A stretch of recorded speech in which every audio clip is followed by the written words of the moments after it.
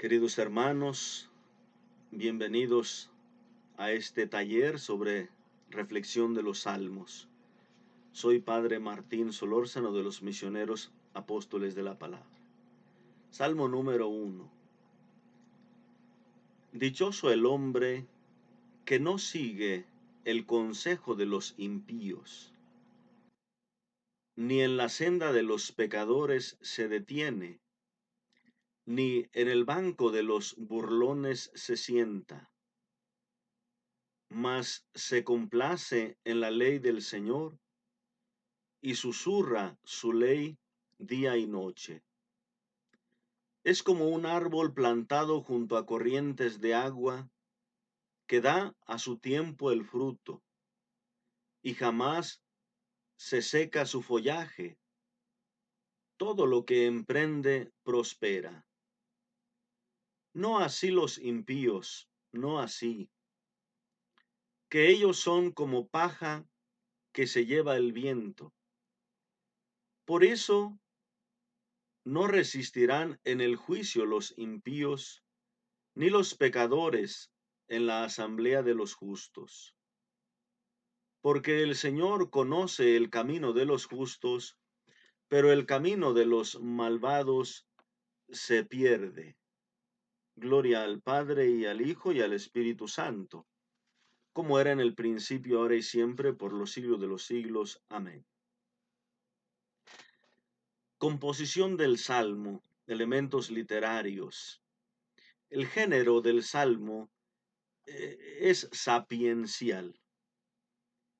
Este salmo ha sido colocado, quizá de manera intencional, como una introducción a todos los salmos. Nos presenta una reflexión de ese tema constante en la vida del pueblo de Israel, de los dos caminos, el hombre justo, el pecador, y se propone siempre el camino del justo, el camino del bien, para aquella persona que quiere hacer la voluntad de Dios. Por lo tanto, la actitud que debe tener de manera constante ese hombre justo, ese hombre fiel, y también lo que hay que evitar para no distanciarse del Señor, no ser de los impíos, de los pecadores. Entonces, es un salmo sapiencial. La composición de este salmo, pues de igual manera como muchos otros salmos, está el paralelismo. El paralelismo consiste siempre en una repetición, ya sea la misma idea o ya sea una idea contraria, para poner como comparaciones, la persona pueda tomar decisiones, pueda elegir. Este salmo, por ejemplo, de manera concreta, tenemos en el versículo 5, no resistirán en el juicio los impíos, ni los pecadores en la asamblea de los justos. Vean, no resistirán en el juicio los impíos, ni los pecadores en la asamblea de los justos. Es decir, con otras palabras, pero se está repitiendo de alguna manera la misma idea. El versículo 6, por ejemplo, dice, porque el Señor conoce el camino de los justos, pero el camino de los impíos se pierde. Este es un paralelismo antitético, presenta la segunda frase lo contrario de la primera. Mientras Dios protege, conoce el camino de los justos, el camino de los impíos se pierde. Una idea contraria, es un paralelismo de forma constante. Y el paralelismo también se da cuando hay una comparación entre dos personas, dos realidades, dos aspectos distintos, para marcar esas diferencias. Este salmo, por ejemplo, va presentando igual de forma paralela la vida del hombre justo y la vida del hombre pecador o el impío, o el camino de la justicia, el camino de la impiedad, del pecado. Dos formas de vida, dos tipos de personas, dos actividades que realiza cada uno, bueno, cada uno la suya, y luego dos suertes distintas al final, cada quien. Entonces, de forma paralela se está presentando constantemente. Es un recurso literario, es decir, este paralelismo. También tenemos una bienaventuranza como un recurso literario. La bienaventuranza es una frase también sapiencial, también reflexiva, que hace pensar. Y normalmente la bienaventuranza describe una característica que hace pleno, que hace feliz al hombre. Entonces aquí tenemos dichoso, bienaventurado, feliz, son las palabras que normalmente están en un género de bienaventuranza o en un recurso literario de bienaventuranza. Y aquí lo tenemos como se puede encontrar también en el Salmo 16.2, Salmo 16.11, Salmo 32.1 al 2, Salmo 33.12. Ahí tenemos también otras frases que inician siempre con esa palabra bienaventurado o feliz o dichoso el hombre que. Por ejemplo, el Salmo 32 del 1 al 2 dice, dichoso aquel que es perdonado de su culpa y a quien el Señor no le encuentra engaño. Dichoso aquel a quien el Señor no le cuenta el delito. Entonces, dichoso es esa frase, esa palabra con la que inician pues estas frases de bienaventuranza. La teología del Salmo número 1. Primero, el tema de la ley. La palabra Torah significa en primer lugar instrucción. O sea, además de contener la alianza, que implica un compromiso legal entre Dios y el pueblo, la ley también es la base de toda la vida del pueblo, la instrucción para todos los ámbitos que constituyen al pueblo. Entonces, la Torá no es solamente el aspecto legal, cumplir esto, hacer lo otro, sino es una instrucción, una forma de vida. Y la Torá, por lo tanto, se puede meditar en la oración para llevar a la vida práctica. Después de la experiencia del exilio, la meditación de la ley se convirtió para el pueblo judío en un elemento muy esencial para afianzar la identidad del pueblo, para ya que habían perdido aquella institución del reinado, ya no tenían templo, entonces la ley se va a convertir en la base de esa fidelidad y por lo tanto una meditación constante. Ahí tenemos el pasaje, por ejemplo, de Nehemías capítulo 8, como cuando ya se está reestructurando el pueblo en el regreso, pues se lleva la ley para meditarse, leerse en público. Es un signo de cómo esta ley va a tener un aspecto importante, una actividad constante en la meditación del pueblo. También, por ejemplo, pues este Salmo número 1, el Salmo número 19, el Salmo 119 va marcando como esa prioridad que tiene la ley en la reflexión del pueblo.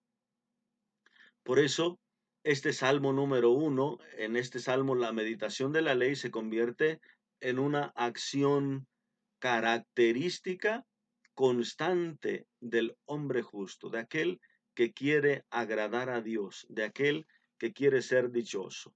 Entonces la palabra de la ley, la palabra de la escritura o la ley, un elemento teológico importante en este salmo. El tema de la recompensa, la teología del Antiguo Testamento en torno al tema de la recompensa se basa siempre en estos conceptos de premio y de castigo. La recompensa del justo es la gloria mientras la recompensa del pecado, pues es la muerte. Ahí, por ejemplo, recordamos los Proverbios capítulo 10, versículo 28. La esperanza de los justos es la alegría, la esperanza de los malvados es el fracaso. O sea, lo que le espera, el premio o el castigo, lo que le espera a los justos es la alegría. Lo que le espera a los impíos es el fracaso. Es decir, ellos consideraban igual todo pecado tiene su consecuencia y tendrá que pagarse. Por ejemplo, Gálatas 6, del 7 al 9 dice también, no se hagan ilusiones. De Dios nadie se burla. Lo que uno siembra, eso cosecha.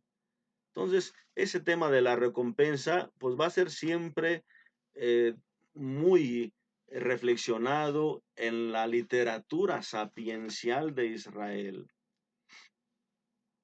Todavía no se había profundizado tanto el tema de la resurrección de la vida eterna, entonces muchos de ellos consideraban que el premio o castigo siempre tendría que realizarse en esta vida, en esta tierra.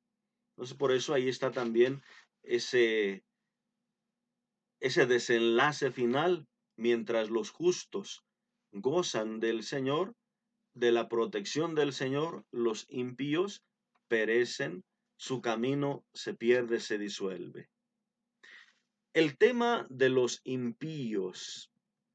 ¿Quiénes son los impíos? ¿Qué les caracteriza a estos impíos, a estos pecadores en el Salmo? Ahí tenemos, por ejemplo, nosotros eh, los pecadores normalmente o los impíos son aquellos que dejan a Dios fuera de su vida. No tienen temor de Dios para cometer sus crímenes, sus fechorías. O sea, viven como si Dios no existiera. Planean la maldad. Podemos nosotros ver el Salmo 14. Ahí es una descripción propiamente del malvado. Y podemos también ver, por ejemplo, el Salmo 52, del 3 al 9, donde se da una descripción. Por ejemplo, este Salmo 52, del 3 al 9, dice, eh, ¿por qué te glorías del mal, héroe de infamia? Todo el día, ¿eh? Pensando estás en crímenes. Tu lengua es una navaja afilada, oh artífice del engaño. Versículo 5. Prefieres el mal al bien, la mentira a la justicia. Versículo 6. Amas toda palabra de perdición, oh lengua engañadora.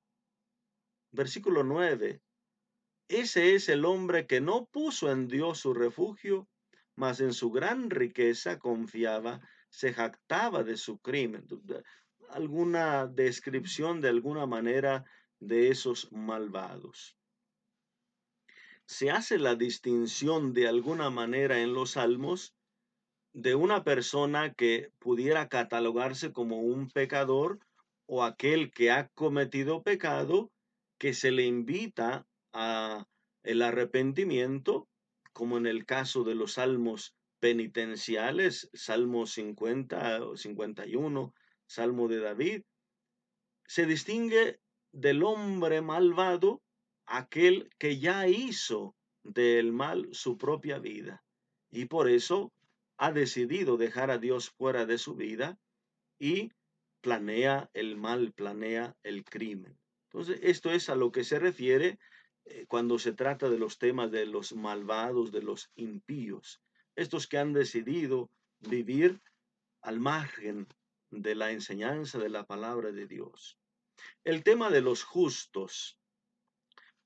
Como Dios es justo, también sus mandamientos son justos. Salmo 119, del versículo 75. La justicia está en el cumplimiento de los mandatos. Hacer lo que Dios manda, lo que Dios pide. Por eso también el hombre tiene que ser justo. El hombre tiene que decir la verdad de corazón. El hombre no tiene que calumniar, no tiene que hacer el mal al prójimo, tiene que apartarse del mal, tiene que hacer el bien. Salmo número 15 es una descripción de alguna manera del hombre justo que quiere agradar a Dios. Es compasivo y es generoso. Salmo 37, 22. Guarda la ley en su corazón. Salmo 37, 31. Recibe la bendición del Señor, o sea, la recompensa es la bendición del Señor. Salmo 5:13, Salmo 25:12. Entonces, esta es la vida o la característica del hombre justo. La meditación de la ley es otro tema que se nos va presentando ahí en este salmo. Es una tarea constante del hombre justo, su dedicación y su compromiso a esta meditación de la ley. En Josué 1:8 vemos: no se aparte el libro de esta ley de tus labios. Vean, de tus labios quiere decir que hay que recitar también. No solo leer, recitar de tus labios. Medítalo día y noche, una expresión que aparece también en este salmo.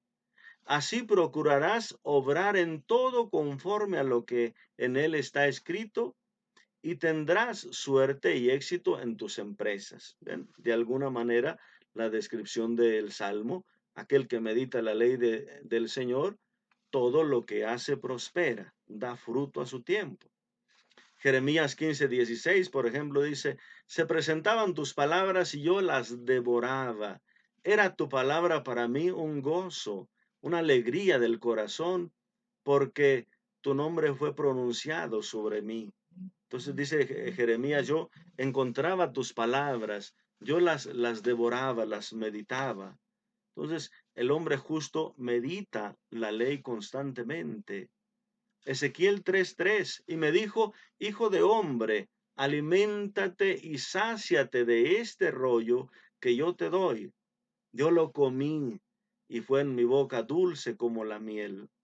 Entonces, esa lectura y esa meditación se da como una tarea constante para el hombre justo.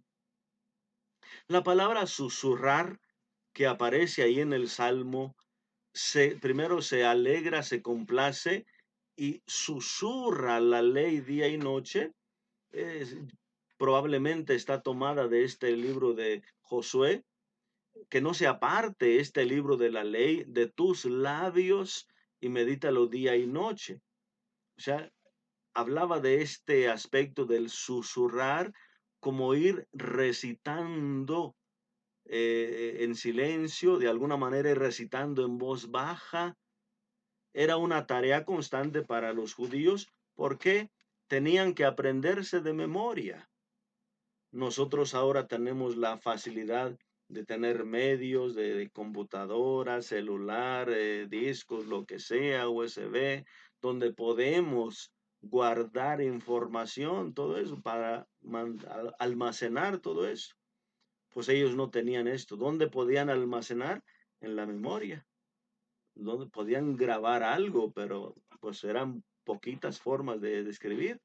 Entonces ellos, para guardar la ley, había que aprenderla de memoria. Por lo tanto, ese ejercicio de susurrar era ese ejercicio de estar repitiendo, repitiendo, repitiendo la ley, la oración, el salmo, lo que sea, para que se vaya quedando. Entonces, es una tarea constante que se presenta también allí en este salmo.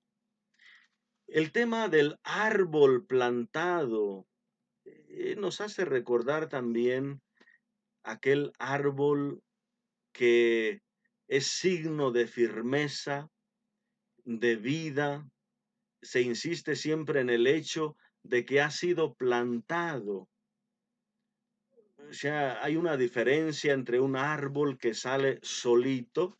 Los árboles a lo mejor con poquita humedad puede haber salido por ahí en algún lado, alguna semilla que cayó entre alguna piedra, alguna semilla que cayó en otra parte. Bueno, podría haber salido de forma silvestre, sí, algún árbol, planta, pero cuando se refiere de forma simbólica al pueblo o al hombre religioso, dice que se trata de un árbol plantado, ¿eh? Un árbol plantado. Ven el Salmo 92, del 13 al 14. Florece el justo como una palmera, crece como un cedro del Líbano, plantados en la casa del Señor. Dan flores en los atrios de Dios nuestro, plantados en la casa del Señor. Ven el Salmo 104, versículo 16. Se empapan bien los árboles del Señor, los cedros del Líbano que Él plantó. Entonces, cuando se trata de la persona del hombre justo, se insiste en que es un árbol plantado por el Señor o plantado en los atrios del Señor, plantado este árbol junto a la acequia. ¿Por qué? Porque se habla del cuidado que tiene Dios para sus fieles al ponerlos en un lugar donde puedan recibir las gracias o los elementos necesarios para poder producir. Entonces, un árbol plantado ha sido colocado ahí para que pueda producir. No es que salió por ahí donde no, sino un árbol plantado. Y habla precisamente pues de este fruto, el árbol plantado junto al río que se está alimentando. Simplemente ahí tenemos la otra imagen de ese río o de esa agua que normalmente se refiere a la palabra de Dios o a la gracia de Dios que viene. Basta recordar, por ejemplo, Isaías 55 del 10 al 11, como baja la lluvia del cielo, empapa la tierra, no regresa hasta hacerla germinar. Así es mi palabra, no regresará vacía. Entonces, la palabra se refiere a esa lluvia que viene para empapar la tierra, para hacerla germinar, para hacerla dar fruto. Entonces, esa lluvia o esa agua representa también pues esa gracia de Dios y en este caso esa gracia que se da en la palabra.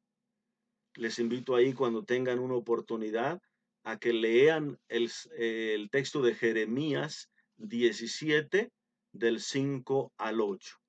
Parece el mismo Salmo número 1, Jeremías 17 del 5 al 8, haciendo esa comparación precisamente del hombre que pone su confianza en Dios, que se parece a este árbol plantado junto al río. El tema de la inestabilidad, de la fugacidad, se presenta aquí que el camino del malvado se disuelve, se pierde. La paja que es llevada por el viento es una de las muchas imágenes que la Biblia utiliza para referirse a esa inestabilidad, fugacidad de las cosas. A veces se usan estas imágenes efímeras, caducas, para hacer referencia al ser humano, que es como un soplo. Sus días son como un soplo, como una sombra. Son imágenes de fugacidad. Salmo 39, 6, Salmo 90 del 4 al 6 y el versículo 9, Salmo 103, 15 al 16. También estas imágenes de fugacidad se utilizan para hablar de la vida del malvado o del mismo mal. La prosperidad de los malos es muy momentánea, es aparente, pronto termina, pronto se acaba. Salmo 73, 18 y 20. Salmo 83, 14 al 15. Salmo 94, 11. Entonces está esa fugacidad que es siempre un signo, una imagen de lo que pasa pronto. Salmo 39, 6. Oh sí, de unos palmos hiciste mis días. Vean, unos palmos, un poquito. Un palmo es lo que puedes agarrar así con los dedos. Un palmo, muy poquito. Como la flor del campo, así florece. Pasa por él un soplo y ya no existe. Ni el lugar donde estuvo vuelve a conocerle. Salmo 103, Salmo 103 del 15 al 16. El hombre, como la hierba son sus días, como la flor del campo, así florece. Pasa un soplo y ya no existe. Salmo 73, 18. Oh, sí, tú en precipicio los colocas, a la ruina los empujas, los malvados. El versículo 20. Como en un sueño al despertar, Señor, así cuando te alzas, desprecias tú su imagen. Pues aquí se está hablando de esa caducidad del hombre, de pues esa fragilidad. Tenemos, por ejemplo, también el Salmo 94:11. Yahvé conoce el pensamiento del hombre, que no son más que un soplo. Y así podemos ver varios pasajes, por ejemplo, Isaías 17:3, Isaías 29:5, la fugacidad, por ejemplo, del ejército invasor. También la fragilidad de los enemigos, Isaías 41:15. Podemos ver también la fugacidad de la idolatría de Efraín, Oseas 3:3, de la idolatría, Sofonías 2:2, por ejemplo, la fugacidad del pueblo pecador.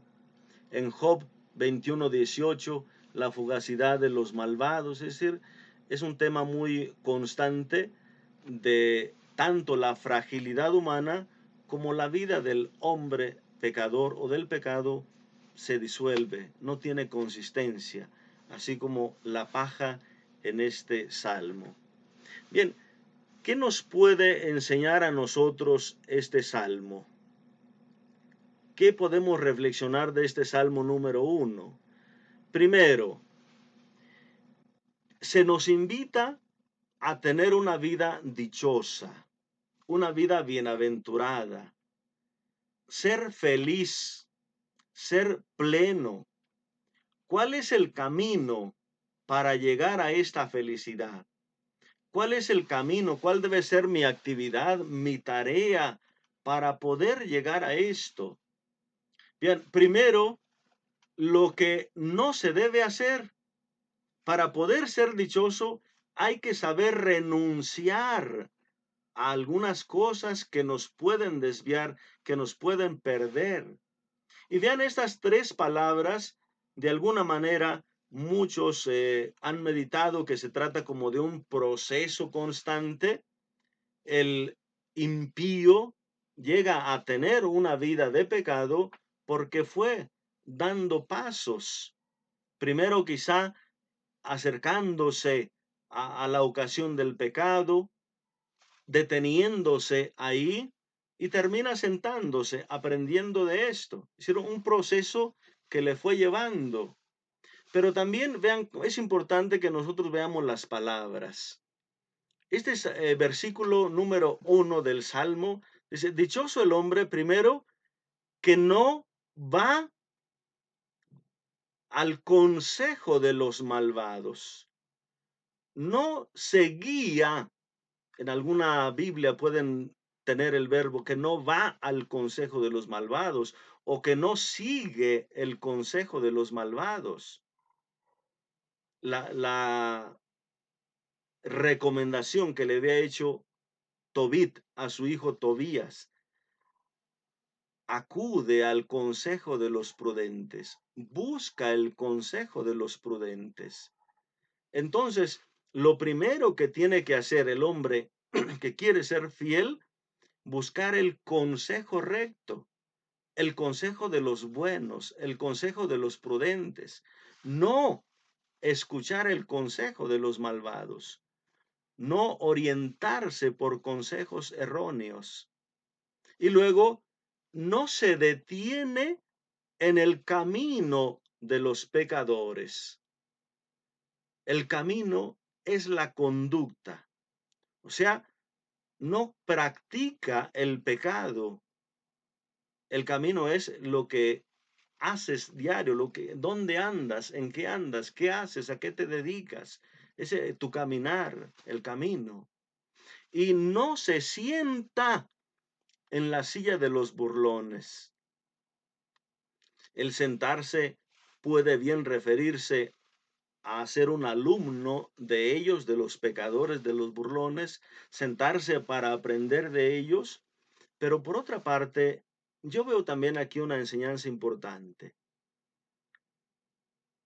Los judíos tenían bien presente que el hombre perfecto tiene que serlo en su pensamiento, tiene que serlo en su conducta y tiene que serlo también en el corazón, en la dedicación de su vida a Dios. Cuando aquí el Salmo dice, dichoso el que no busca el consejo de los malvados, que no sigue el consejo de los malvados, es el pensamiento. Fórmate en el pensamiento del bien. Que tu consejo sea la palabra, que tu consejo sea Dios, que tu consejo sea una persona prudente, que te sepa guiar, conducir, que no tengas intenciones torcidas, que aquel corazón sea limpio, que tenga recta intención. El segundo elemento que debes cuidar es la práctica.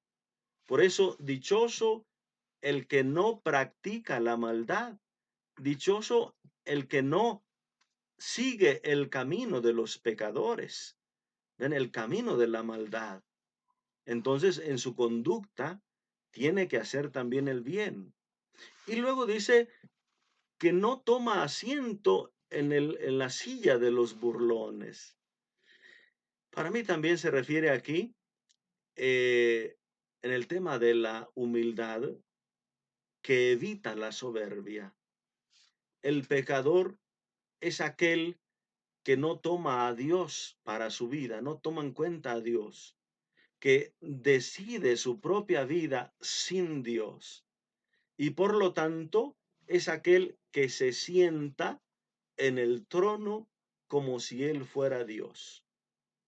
Los burlones son los arrogantes, los que dicen Dios ni se da cuenta, los que dicen Dios no hace nada, los que dicen no me hace nada Dios, así que yo puedo hacer y deshacer. Entonces, es tomar esa actitud de vivir sin Dios, sentarte en la silla de los burlones, de los arrogantes, sentarte como si tú fueras Dios, sentarse como si tú fueras el rey y tú decides, entonces tú gobiernas tu propia vida sin Dios. Entonces son aspectos importantes que aquí se deben tener, una vida que no te aconseje el pecado y una conducta, una práctica, y luego que no te pongas en el lugar de Dios, sino que con humildad más bien te acerques al Señor. Entonces, por una parte, el hombre justo tiene que evitar eso. Y por otra parte, el versículo 2 se deleita en la ley del Señor. O sea, se complace, se deleita, tiene su alegría, tiene su plenitud. Bien, porque estamos hablando del hombre que quiere ser dichoso. Va encontrando sentido a su vida, va encontrando plenitud, va encontrando esa alegría, ese gozo, esa dicha en la meditación de la ley. Si no es el malvado el que tiene que aconsejarte, no es el consejo del malvado que tienes que seguir, entonces el consejo de la palabra, el consejo de la ley que tiene que darte esa tranquilidad, ese gozo. Y esta meditación la tienes que hacer de forma constante y, como decía, susurrar. Repite, repite, medita, reflexiona. Entonces, esa tiene que ser la tarea siempre del hombre bienaventurado. Y luego, pues tendríamos ya el resultado. ¿Qué es lo que esperamos? ¿Cuál es la vida que se tiene que llevar? La vida del hombre justo es como ese árbol plantado junto al río. Es Dios el que nos ha puesto en este mundo, es Dios el que nos ha plantado en esta familia, en esta comunidad misionera, en esta comunidad religiosa, en esta parroquia, en esta sociedad. Dios nos ha permitido nacer aquí, en este tiempo, en ese momento, en esta circunstancia, y ahí es donde quiere que demos fruto. Su palabra debe ser como esa agua que nos va regando constantemente. Y esa palabra nos va dando los conocimientos, los valores que tienen que enraizar como ese árbol fuerte que tiene que meter sus raíces, que se llena constantemente de esa agua. Nuestra vida tiene que ser enraizada en la palabra, enraizada en la ley, en el mandamiento del Señor.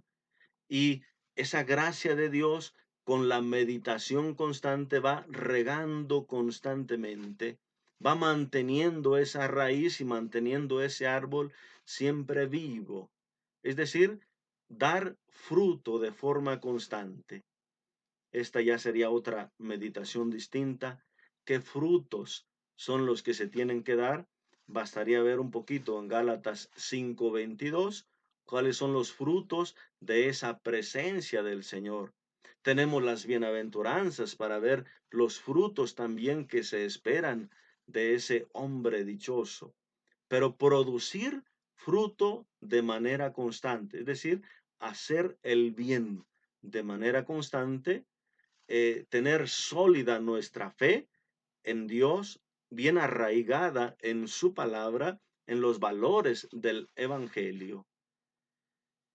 Y luego evitar esa vida sin sentido, el hombre que se dedica al pecado, que se aparta de Dios, que sigue sus propios criterios, pues es como la paja.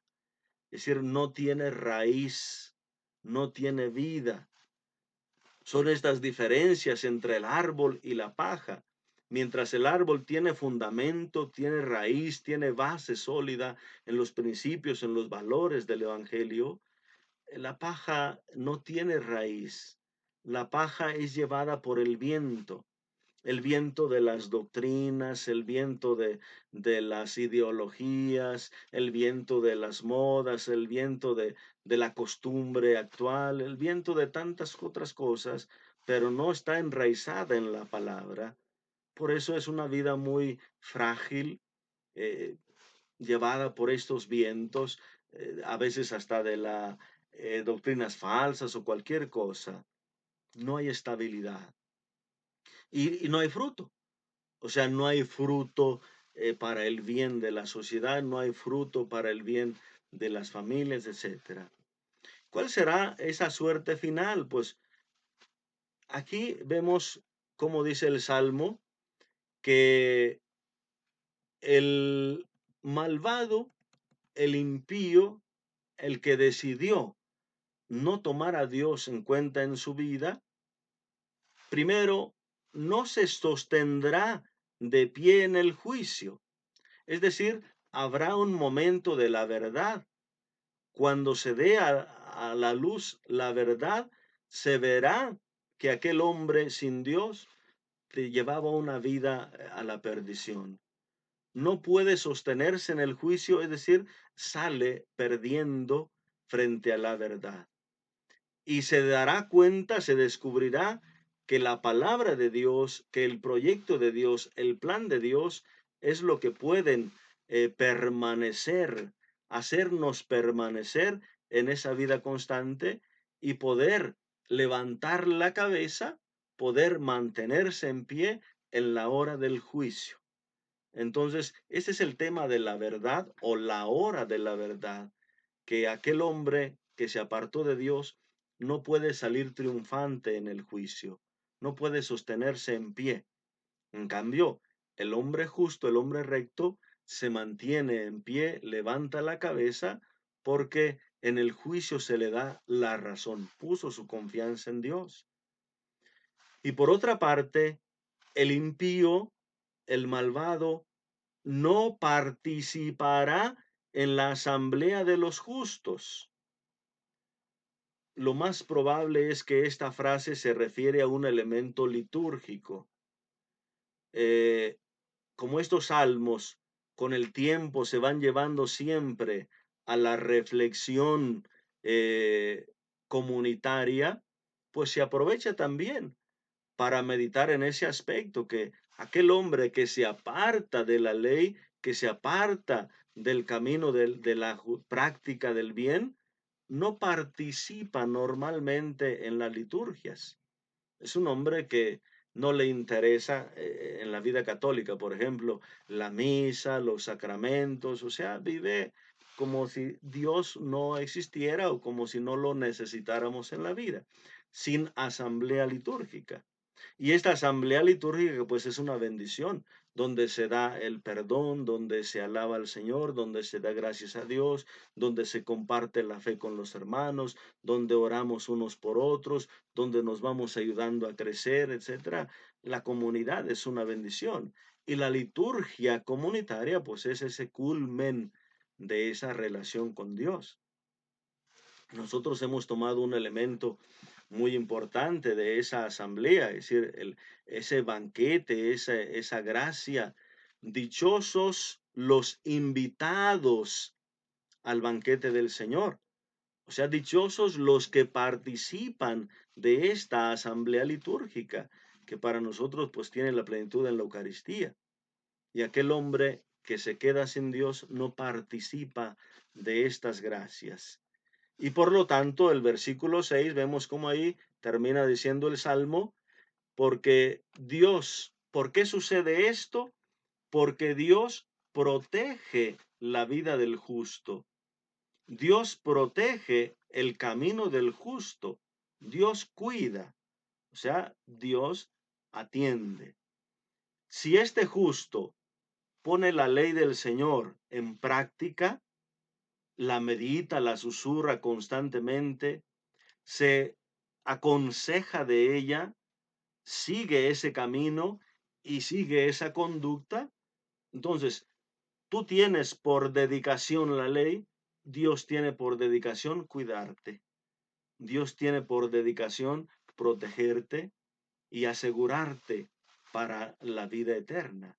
Entonces el camino del justo es protegido por Dios, pero aquel que tomó un camino distante, ahí está Dios en este camino para sostenerte, para ayudarte. Yo no quiero a Dios, yo me voy por este camino, yo solito. Me aconsejo de los impíos, me aconsejo de los malvados, sigo la vida de los malvados. Entonces, ese camino termina en la perdición.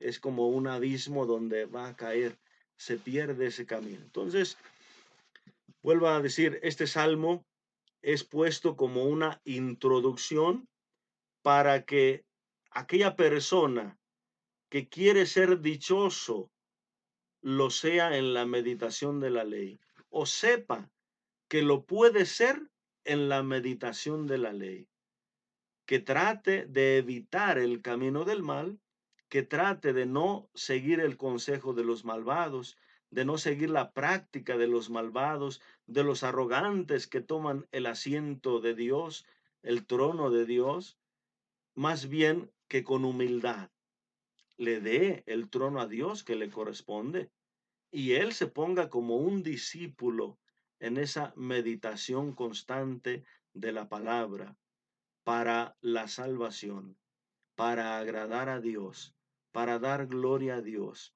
para buscar la salvación personal y de los demás. Así, ojalá que nosotros también podamos meditar con este salmo, que nos vaya dando siempre ese gozo, que vayamos aprendiendo, pidámosle a Dios esa gracia, que vayamos aprendiendo a disfrutar de la lectura, de la lección divina, de la oración con los salmos, de la reflexión de la palabra, que nos vayamos formando en esa palabra constante, nuestros valores, criterios, principios, ideales, etcétera, que sean siempre inspirados en la palabra y que este salmo nos ayude también pues en ese compromiso de dar fruto abundante, que la gracia de Dios sea como esa agua que riega nuestra vida, que empapa y que la hace producir y que no pues sea en vano, sino que sepamos dar fruto para honra de Dios, para el bien de nuestros hermanos. Muchas gracias, que el Señor les bendiga abundantemente a todos ustedes.